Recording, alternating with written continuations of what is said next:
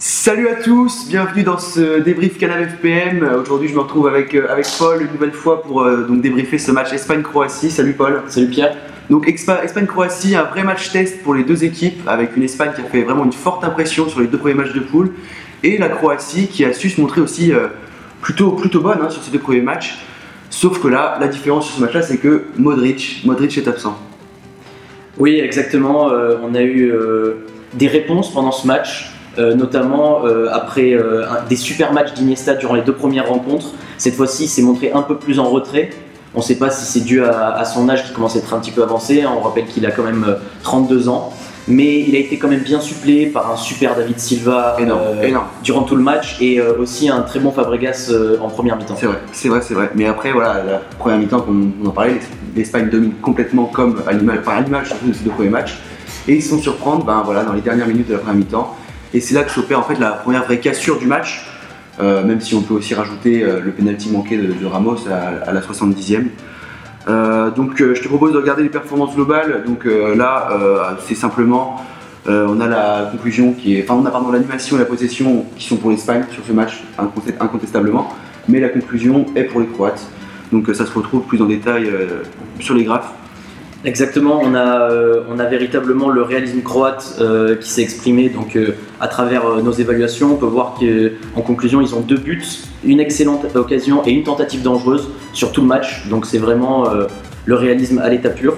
Alors que justement, l'Espagne a été plutôt, comme on l'a dit, dominatrice au début du match. Et puis finalement, au cours du match, ça s'est essoufflé pour finir finalement quasiment sans conclusion. Ouais, c'est vrai. Et puis ça se retrouve aussi dans l'animation de l'Espagne.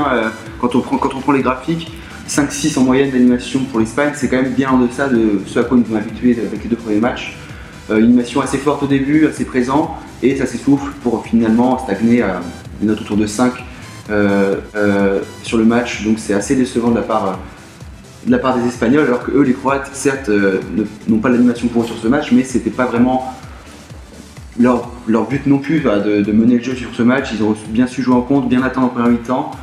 Je pense que la stratégie du coach croate a été de jouer beaucoup plus haut sur la seconde mi-temps et de se montrer beaucoup plus pressant, et c'est là que la différence est faite.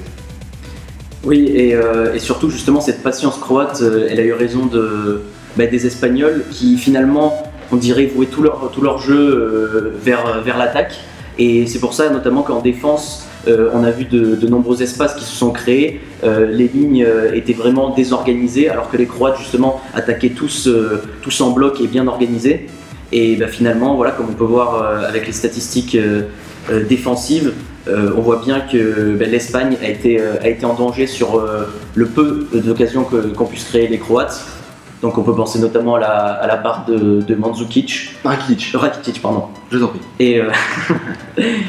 Et donc voilà, sur ces occasions, on peut également mettre un petit bémol pour Ramos qui a raté ce penalty. C'est vrai que c'est un vrai tournant du match, parce que le score là, 2-1 pour l'Espagne. Après ça aurait déroulé, je pense, pour l'Aurora, mais quand on regarde les stats de la défense, je pense que au-delà du match, pour la suite de la compétition, c'est un vrai point noir que l'Espagne doit corriger, parce que à se projeter trop vers l'attaque, la défense se découvre beaucoup, surtout de la part de Alba et Juan Fran. Surtout si Busquets en milieu défensif ne compense pas derrière. C'est ce qui se passe sur le deuxième but sur le côté droit avec Juan Fran et Busquets. Piqué se retrouve tout seul en 1 contre 1 au marquage sur le but de Perisic. Donc ça va être un vrai point à corriger pour l'équipe d'Espagne, la défense. Et donc pour conclure, je pense qu'on peut dire que voilà, on a un match certes surprenant, mais une demi-surprise au vu des matchs de la Croatie, les deux premiers en tout cas. Très bonne impression de la Croatie sur ce troisième match qui prend la première place du groupe. Une demi-surprise certes, mais qui bouleverse la suite de la compétition, puisqu'on se retrouve avec un Italie-Espagne en 8e de finale. Exactement, il est dans la même partie de tableau que la France et l'Angleterre, donc beaucoup de top équipes dans cette partie de tableau. Ça promet pour la suite. On a hâte de retrouver ce match. Donc voilà, on attend avec impatience aussi la compétition, et on se retrouvera pour débriefer ces matchs dans de prochaines vidéos. Salut à tous.